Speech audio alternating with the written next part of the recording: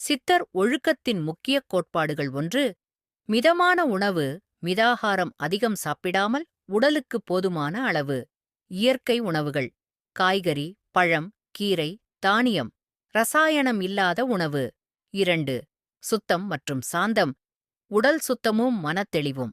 தினசரி தவம், யோகம், சுவாச பயிற்சி. 3.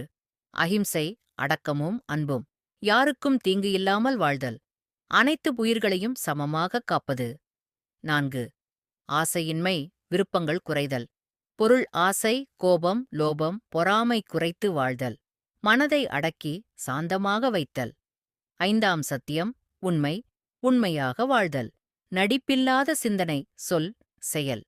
6. கருணை, அருளுணர்வு, அடுத்தவருக்கு உதவும் மனம், துன்பமுள்ளவரைக் கண்டு உதவுதல். 7. தியானம் மற்றும் ஞானம், தினசரி தியானம், உள்ளுணர்வு, ஞானம், தன்னறிவு வளர்த்தல். 8. இயற்கையோடு இணைந்த வாழ்க்கை, பசுமை, மரம், நீர், மண் ஆகியவற்றை புனிதமாகக் கருதுதல், இயற்கையை காப்பதும் அதன் ரீதியில் வாழ்தலும்.